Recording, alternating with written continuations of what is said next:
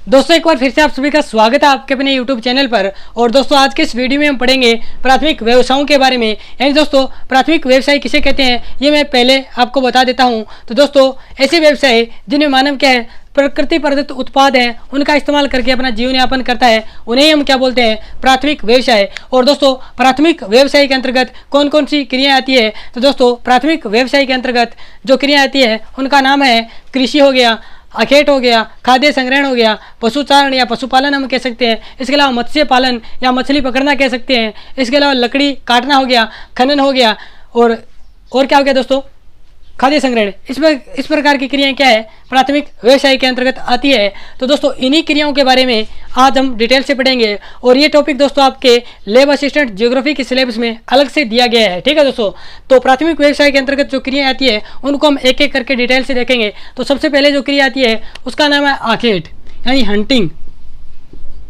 और दोस्तों आखेट है वो विश्व का सबसे प्राचीनतम उद्यम है, विश्व का सबसे प्राचीनतम उद्यम। ठीक है दोस्तों, क्योंकि मनुष्य की जब उत्पत्ति हुई थी और वह सबसे पहले जंगलों में रहता था और वह अपने भोज्य यानी खाद्य पदार्थों के लिए क्या है वो क्या करता था आखेट करता था। और यही क्या है जो विश्व का सबसे प्राचीनतम उद्यम, क्या नाम है उसका आखेट। ठीक है दोस्तों, तो आखेट के बारे में बात करेंगे। तो दोस्तों आखेट या तो होगा जो ठंडी जलवायु यानी अति शीतल जलवायु प्रदेश है वहाँ पे होगा अति शीतल जलवायु प्रदेश। इसके अलावा जो गर्म मरुस्थलीय प्रदेश हैं वहाँ पे क्या है आखेट का कार्य होगा। जैसे मैं आपको उदाहरण दूं, जैसे कनाडा है वहाँ पे क्या है बहुत ही अति शीतल जलवायु है वो पाई जाती है और कनाडा टुंड्रा व टैगा प्रदेशों में आता है। और कनाडा में दोस्तों एस्किमो जनजाति है यहाँ पे क्या है आखेट का कार्य है वो करती है। ठीक है दोस्तों, यानी आखेट का कार्य क्या है कनाडा के टुंड्रा व टैगा प्रदेशों में क्या है कनाडा के जो टुंड्रा और टैगा प्रदेश है वहाँ पे क्या है एस्किमो जनजाति के द्वारा क्या आखेट का कार्य किया जाता है। इसके अलावा अगर हम बात करें गर्म मरुस्थलीय प्रदेश, तो दोस्तों गर्म मरुस्थलीय प्रदेशों में मैं उदाहरण दूं जो अफ्रीका महाद्वीप का कालाहारी मरुस्थल है, कालाहारी मरुस्थल और कालाहारी मरुस्थल में दोस्तों एक जनजाति पाई जाती है बुशमैन, और बुशमैन जनजाति के द्वारा क्या है आखेट का कार्य किया जाता है। इसके अलावा अगर हम बात करें तो कांगो बेसिन, ये भी अफ्रीका की दोस्तों एक नदी है कांगो बेसिन, उसका जो नदी का अपोहा तंत्र है बेसिन है वहाँ पे क्या है पिग्मी जनजाति के द्वारा क्या है आखेट का कार्य किया जाता है। इसके अलावा अगर हम बात करें तो एमेजन बेसिन है, एमेजन बेसिन में जो एमेजन बेसिन है वहाँ पे जुवारो जनजाति है उसके द्वारा क्या है एमेजन बेसिन में क्या है आखेट का कार्य क्या है किया जाता है। ठीक है दोस्तों, तो ये बातें आपको याद रखनी है। इसके बाद में बात करते हैं दोस्तों खाद्य संग्रहण के बारे में। ठीक है दोस्तों,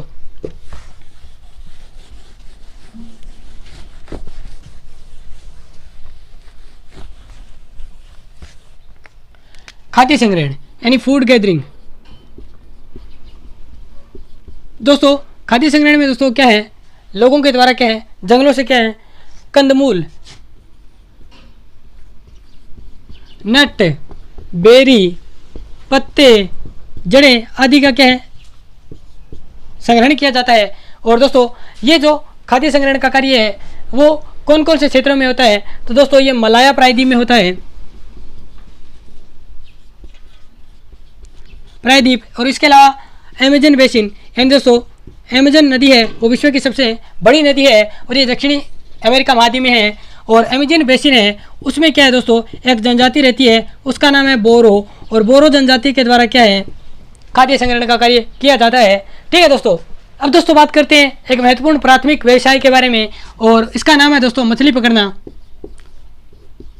यानी फिश कोटिंग।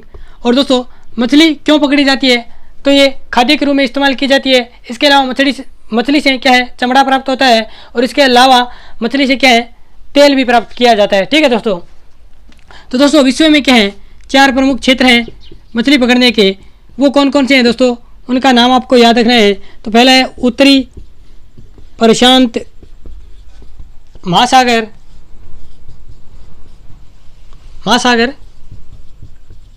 तटीय क्षेत्र, यानी जो उत्तरी प्रशांत महासागर के तटीय क्षेत्र हैं जो उत्तरी और पूर्वी क्षेत्र है वो उत्तरी अमेरिका महाद्वीप से लगता है। इसके अलावा उत्तरी पश्चिमी क्षेत्र है वो एशिया से लगता है। तो उस तटीय प्रदेशों पे क्या है, मछली पकड़ने का कार्य होता है। उसके बाद में दोस्तों हमारा आता है जो उत्तरी अटलांटिक, उत्तरी अटलांटिक तटीय अमेरिकन क्षेत्र, यानी इसमें क्या है, जो उत्तरी अटलांटिक महाद्वीप है उसका जो उत्तरी और पश्चिमी हिस्सा क्या है, उत्तरी अमेरिका महाद्वीप से टच होता है। तो वहाँ पे क्या है, तटीय क्षेत्र में क्या है, जो अमेरिका का तटीय क्षेत्र है वहाँ पे क्या है, मछली पकड़ने का कार्य होता है। और यहाँ पे दोस्तों प्रमुख क्षेत्र आता है ग्रांट बैंक, इसके अलावा जॉर्जेस बैंक। ठीक है दोस्तों, ये दो प्रमुख क्षेत्र है अमेरिका के जो तटीय क्षेत्रों में, उत्तरी अमेरिका का तटीय क्षेत्र है वहाँ पे, और यहाँ पे क्या है, मछली पकड़ने का कार्य होता है। ठीक है दोस्तों, इसके अलावा दोस्तों तीसरा देखते हैं तो वह है उत्तरी पश्चिमी यूरोपीय क्षेत्र।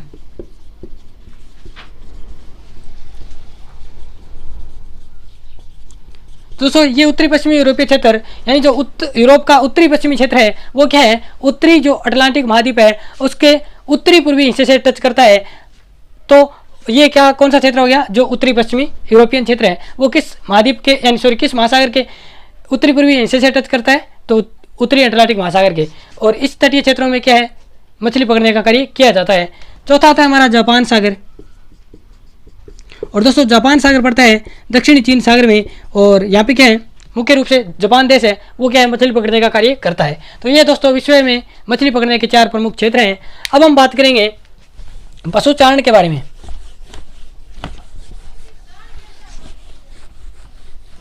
तो दोस्तों बात करते हैं पशुचारण के बारे में। तो दोस्तों पशुचारण है वो आप सभी को पता है कि उबड़ खाबड़ क्षेत्र है या पर्वतीय प्रदेश है, वहाँ पे है पशुचारण का कार्य किया जाएगा, क्योंकि समतल प्रदेशों में तो क्या है, कृषि की जाती है। तो दोस्तों पशुचारण है उसके विषय में 4 प्रमुख क्षेत्र हैं, उनके बारे में देखते हैं। तो पहला क्षेत्र उसका नाम आता है उष्णकटिबंधीय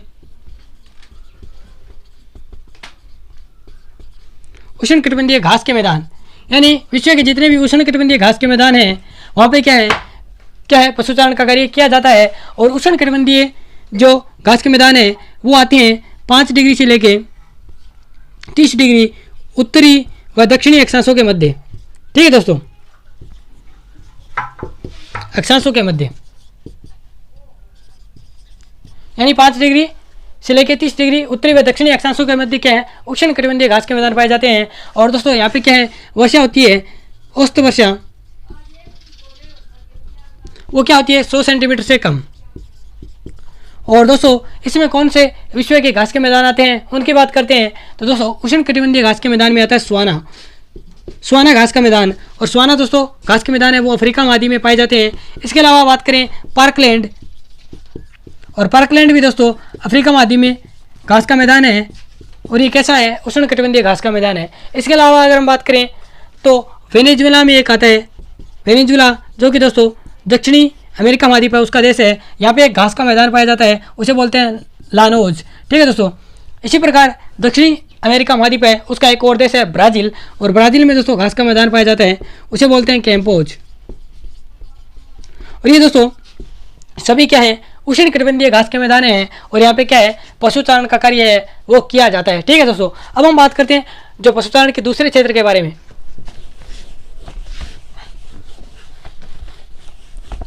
तो दोस्तों दूसरा क्षेत्र आता है हमारा शीतोष्णकटिबंधीय घास के मैदान।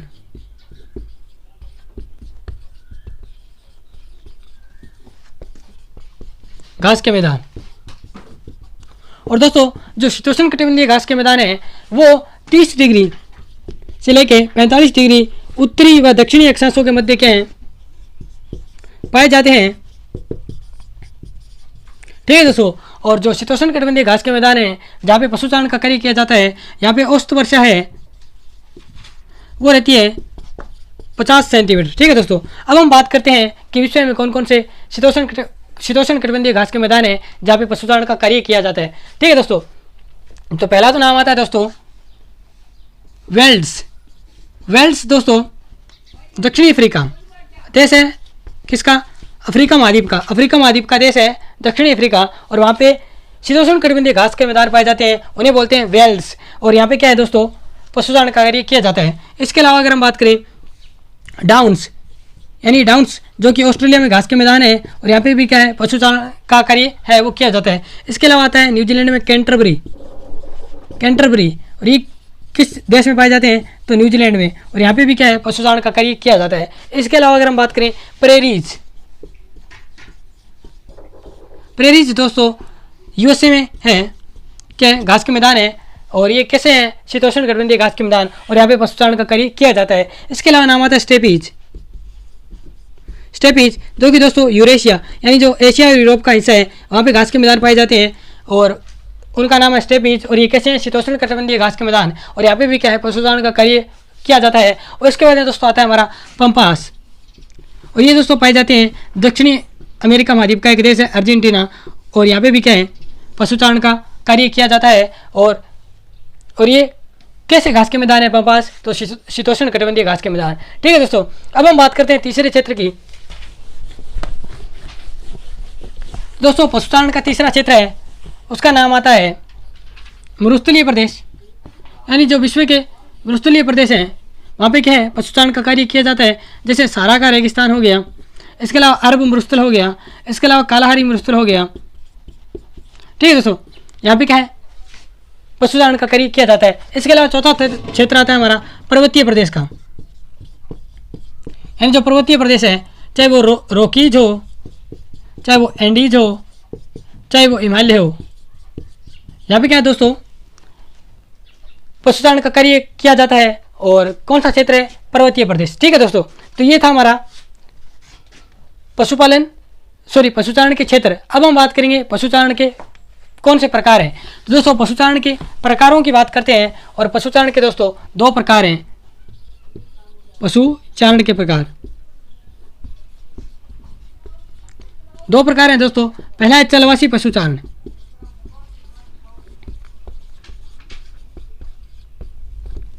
और दूसरा आता है वाणिज्य या व्यापारिक वाणिज्यिक पशुचारण। ठीक है दोस्तों, यानी चलवासी पशुचारण किसे कहते हैं दोस्तों, जिसमें क्या है लोग क्या है वो चारे और पानी की तलाश में पशुओं के लिए एक स्थान से दूसरे स्थान की ओर जाते रहते हैं, वो आता है चलवासी पशुचारण। ठीक है दोस्तों, यानी चलवासी पशुचारण में क्या होता है कि लोग क्या है पशुओं के लिए चारे और पानी के लिए क्या है एक स्थान से दूसरे स्थान की ओर चले जाते हैं। लेकिन वाणिज्य पशुचारण की अगर हम बात करें तो यहाँ पे क्या है एक निश्चित स्थान पे यानी बड़े बड़े फार्म बना के बाड़े बना के क्या है पशुओं को पाला जाता है, और इसे बोलते हैं हम वाणिज्यिक पशुचारण। और वाणिज्यिक पशुचारण दोस्तों कहाँ पे होगा, ऐसे देश जो विकसित होंगे वहाँ पे क्या है वाणिज्यिक पशुचारण है वो हमें देखने को मिलेंगे। जबकि चलवासी पशुचारण देखें तो अविकसित देशों में जो विकासशील देश है वहाँ पे हमें चलवासी पशुचारण है वो देखने को मिलेगा। और दोस्तों चलवासी पशुचारण की अगर हम बात करें तो ये क्या है एक जीवन निर्वाह के लिए किया जाता है, जबकि अगर हम बात करें वाणिज्यिक पशुचारण की तो ये क्या है व्यापारिक दृष्टि से किया जाता है, यानी मुनाफा कमाने की दृष्टि से क्या है वाणिज्यिक या व्यापारिक पशुचारण किया जाता है। इसके अलावा अगर हम बात करें तो मैंने आपको बताया था कि चलवासी पशुचारण है वो क्या है अविकसित देशों में होता है, जबकि ये विकसित देशों में होता है। जैसे चलवासी पशुचारण की बात करें तो ये सारा मरुस्थल हो गया। ठीक है दोस्तों, इसके अलावा अमेजन बेसिन है, इसके अलावा जो एशिया के क्षेत्र हैं। ठीक है दोस्तों, इस प्रकार में क्या है ये चलवासी पशुचारण किया जाता है। जबकि अगर हम बात करें वाणिज्यिक पशुचारण की तो ये दोस्तों विश्व के विकसित देश हैं वहाँ पे किया जाता है। जैसे यूएसए हो गया, डेनमार्क हो गया, ऑस्ट्रेलिया हो गया, इसके अलावा न्यूजीलैंड हो गया और अर्जेंटीना हो गया। ठीक है दोस्तों, और दोस्तों यूएसए क्या है जो वाणिज्यिक पशुचारण है, यूएसए में जब वाणिज्यिक पशुचारण किया जाता है तो उसमें बड़े बड़े क्या है बाड़े बनाए जाते हैं, फार्म बनाए जाते हैं, जिन्हें यूएसए में क्या कहा जाता है रेंच कहा जाता है। ये बात आपको याद रखनी है दोस्तों, नोट लगा के याद रख लेना कि जो यूएसए है यानी संयुक्त राज्य अमेरिका है उसमें जब वाणिज्य पशुचारण किया जाता है तो उसमें क्या बड़े बड़े बाड़े बनाए जाते हैं, फार्म बनाए जाते हैं, उन्हें क्या बोलते हैं रेंच बोलते हैं। ठीक है दोस्तों, तो ये पशुचारण के क्या थे प्रकार थे। ठीक है दोस्तों, इसके बाद में दोस्तों बात करते हैं कृषि की, यानी कृषि की बात करते हैं। तो दोस्तों कृषि है वो क्या है प्राथमिक व्यवसायों में सबसे प्रमुख व्यवसाय है। और दोस्तों कृषि से क्या है जो विश्व में क्या है 71% जनसंख्या है उसका क्या है मुख्य जो भोज्य पदार्थ के रूप में क्या है कृषि पर वो क्या है निर्भर रहते हैं। यानी उनको जो भोज्य पदार्थ मिलता है 71% जनसंख्या को वो किससे मिलता है कृषि से। ठीक है दोस्तों। और बात करें दोस्तों कृषि के प्रकारों की, तो कृषि के प्रकार देखते हैं। कृषि के प्रकार पहला आता है दोस्तों स्थानांतरित कृषि।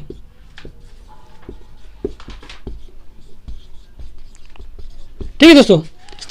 स्थानांतरित कृषि, इसमें दोस्तों क्या होता है कि कोई भी स्थान है, जंगल है, वहाँ पे क्या है जंगलों पे क्या है उसमें लकड़ी वगैरह है यानी जो वृक्ष हैं उनको काट दिया जाता है और उस स्थान पे क्या है कृषि की जाती है और 1-2 साल करके कृषि उस स्थान से दूसरे स्थान पे जाके क्या है फिर से वही प्रक्रिया की जाती है और कृषि की जाती है। इस प्रकार की कृषि को हम क्या बोलते हैं स्थानांतरित कृषि। और दोस्तों ये विश्व में क्या है स्थानांतरित कृषि है उसको अलग अलग नामों से जाना जाता है, वो नाम बहुत ही महत्वपूर्ण है और आपको याद रखने हैं। ठीक है दोस्तों। तो देखिए दोस्तों जो अफ्रीका है,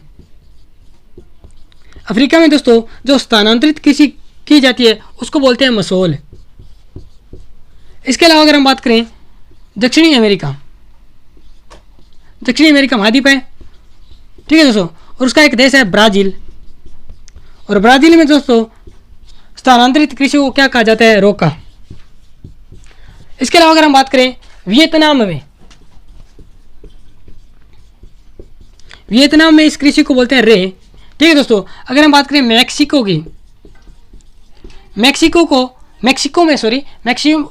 में क्या है स्थानांतरित कृषि को क्या बोलते हैं मिल्पा। ठीक है दोस्तों। इसके अलावा अगर हम बात करें मलेशिया और इंडोनेशिया की,